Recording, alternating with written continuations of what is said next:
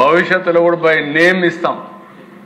ఎప్పుడు కూడా fake news కాదు, వీళ్ళు కథలన్నీ మాట్లాడుతూ ఉంటారు.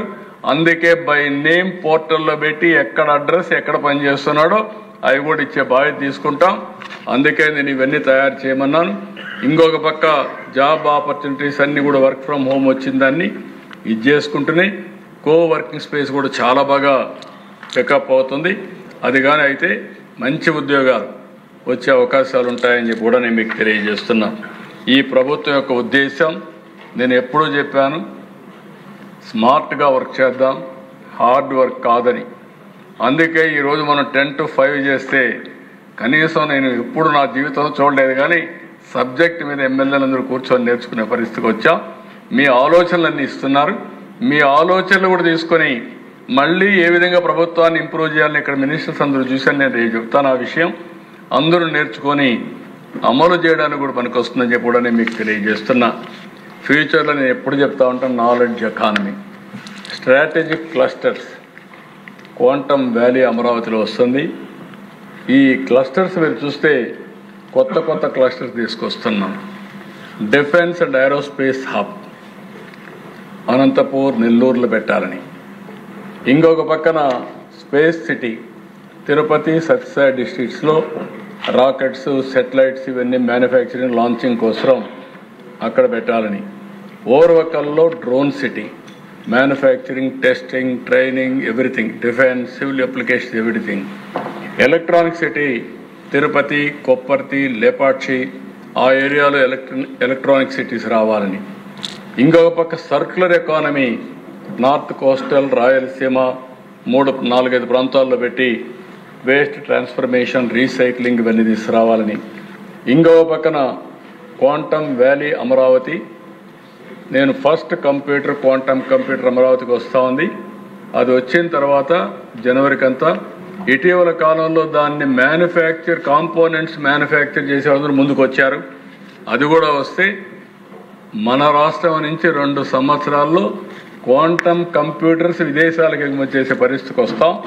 ఒకప్పుడు క్వాంటమ్ కంప్యూటరే తయారు చేసే పరిస్థితి నుంచి మనం ఎగుమతి చేసే పరిస్థితికి వస్తుంది. గ్రీన్ హైడ్రోజన్ నేను చెప్పాను, ఒక హబ్గా తయారవుతుంది. ఫ్యూచర్ టెక్నాలజీలో మనం ముందుకు పోతున్నాం. ఆ విషయం మీరు గుర్తుపెట్టుకోవాల్సిందిగా మిమ్మల్ని కోరుతున్నాం. ఇంకొక పక్కన ఇన్స్టిట్యూషన్స్, దీన్ని ప్రిపేర్ చేయడానికి ఎక్కడికక్కడ ఏమేం కావాలన్నా అవన్నీ వర్కౌట్ చేస్తున్నాం. ఇప్పటికే యూనివర్సిటీ చూస్తే బెస్ట్ యూనివర్సిటీస్ అన్నీ ఇక్కడికి వచ్చే పరిస్థితికి వచ్చాయి. ఇంకా యూనివర్సిటీ తీసుకొస్తాం. ఫంక్షనల్ యూనివర్సిటీస్ని కూడా ఇక్కడికి తీసుకొస్తాం. ఇప్పటికి 3 సెంట్రల్ యూనివర్సిటీస్ ఉన్నాయి, 20 సెంట్రల్ అటానమస్ ఇన్స్టిట్యూషన్స్ ఉన్నాయి, 25 స్టేట్ యూనివర్సిటీస్ ఉన్నాయి, 4 డీమ్డ్ యూనివర్సిటీస్ ఉన్నాయి, 5 ప్రైవేట్ యూనివర్సిటీస్ ఉన్నాయి, 250 ఇంజనీరింగ్ కాలేజీలు ఉన్నాయి, 300 డిప్లొమా కాలేజెస్ ఉన్నాయి. ఇవన్నీ కూడా రీఓరియంట్ చేసుకొని అల్టిమేట్గా ఆంధ్రప్రదేశ్ని ఒక నాలెడ్జ్ హబ్గా తయారు చేసుకోవడానికి, ఫ్యూచర్ టెక్నాలజీకి తిరునామాగా తయారు చేసుకోవడానికి మనం ముందుకు పోతున్నాం. నెక్స్ట్ ఇక్కడ చూసినప్పుడు డేటా లేక్ తయారు చేశాం. అవన్నీ కూడా నవంబర్ నుంచి ఆపరేషన్కి వస్తుంది. అవేర్ హబ్ ఒకటి తయారు చేసి real time data 42 parameters collect చేస్తాం. దాని మీద ఇంటెలిజెన్స్ లేయర్ పెట్టి, ఆర్టిఫిషియల్ ఇంటెలిజెన్స్ పెట్టి ఎప్పటికప్పుడు ఫైనలైజ్ చేసే పరిస్థితికి వస్తాం. ఇక్కడ మీరు చూసినప్పుడు వాట్సాప్ గవర్నెన్స్ కూడా 734 సర్వీసులు, 700 వేసాం.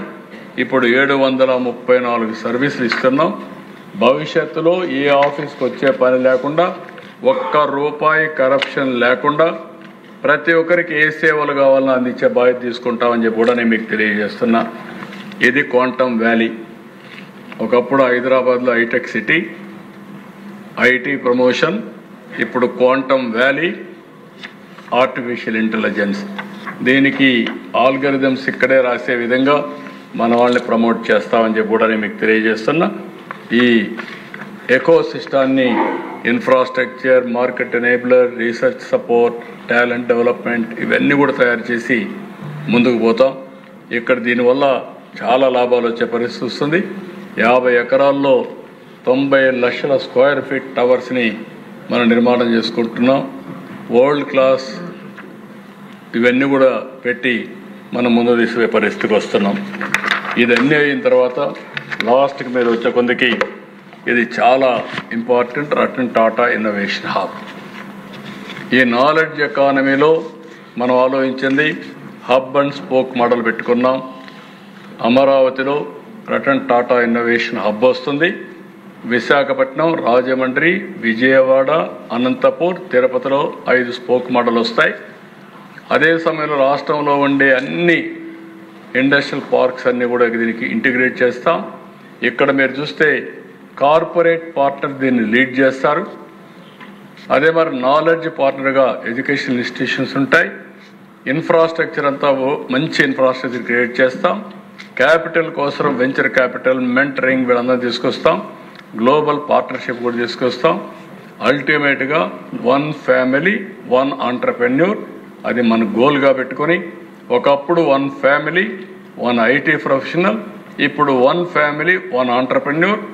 ఇది P4తో కలిపి భవిష్యత్తులో పేదరికం లేని ఆర్థిక అసమానతలు తగ్గించే రాష్ట్రంగా ఆంధ్రప్రదేశ్ తయారు కావాలని చెప్పే ఉద్దేశంతో వెల్తీ, హెల్తీ, హ్యాపీ సొసైటీ మన లక్ష్యంగా ముందుకు పోతున్నాం.